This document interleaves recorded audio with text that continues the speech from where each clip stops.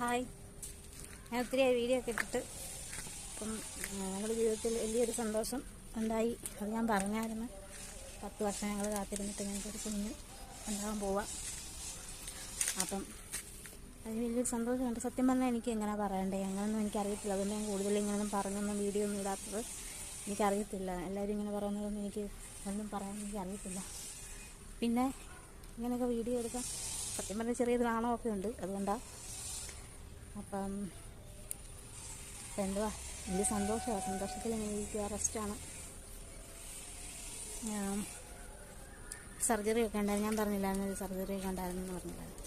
അപ്പം അത് കഴിഞ്ഞ് സർജറി കഴിഞ്ഞൊരു 2 മാസം ഒക്കെ ആയപ്പോഴത്തേക്കിന് അപ്പുറത്ത് ട്രെയിൻ പോകുന്നുണ്ട്. അതാണ് ഭയങ്കര സൗണ്ട്. ഞങ്ങളുടെ തൊട്ട് എല്ലാവരും കാണാൻ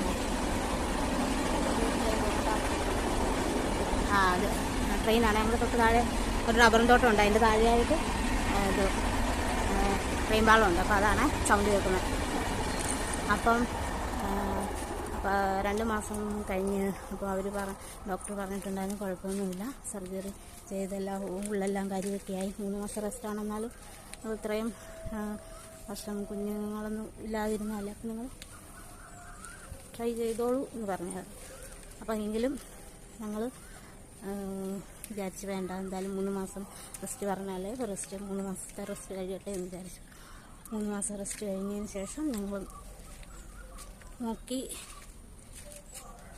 ദൈവം ഞങ്ങളെ കനിഞ്ഞു എന്ന് പറയാം. ഞങ്ങൾക്ക് പെട്ടെന്ന് തന്നെ ഞങ്ങൾക്ക് റിസൾട്ട് ഉണ്ടായി. ഇത്രയും പെട്ടെന്ന് സത്യം പറഞ്ഞാൽ ഞങ്ങൾ പ്രതീക്ഷിച്ചില്ല, ആരും പ്രതീക്ഷിച്ചില്ല. ഇതൊരു സന്തോഷം ഞങ്ങളുടെ ജീവിതത്തിൽ ഇത്ര പെട്ടെന്നുണ്ടാകും എന്ന്. അപ്പം സർജറി ചെയ്ത് ഡോക്ടറിനാണ് നമുക്ക് ഏറ്റവും കൂടുതൽ നന്ദി പറയാനുള്ളത്. അത് ഞങ്ങൾ കഴിഞ്ഞ മാസം ഇറങ്ങിയതിന് ശേഷം ഞാൻ ഇതുപോലെ വിളിച്ച് പറഞ്ഞ് ഞങ്ങൾ കാലിട്ട് നോക്കി വിളിച്ച് ഡോക്ടറിനോട് പറഞ്ഞായിരുന്നു. അപ്പം ഈ മാസം നമ്മൾ 9-ാം തീയതി നമ്മൾ പോയായിരുന്നു. ഡോക്ടറിനെ കാണാൻ ചെന്ന് തൃശ്ശൂരാണ്.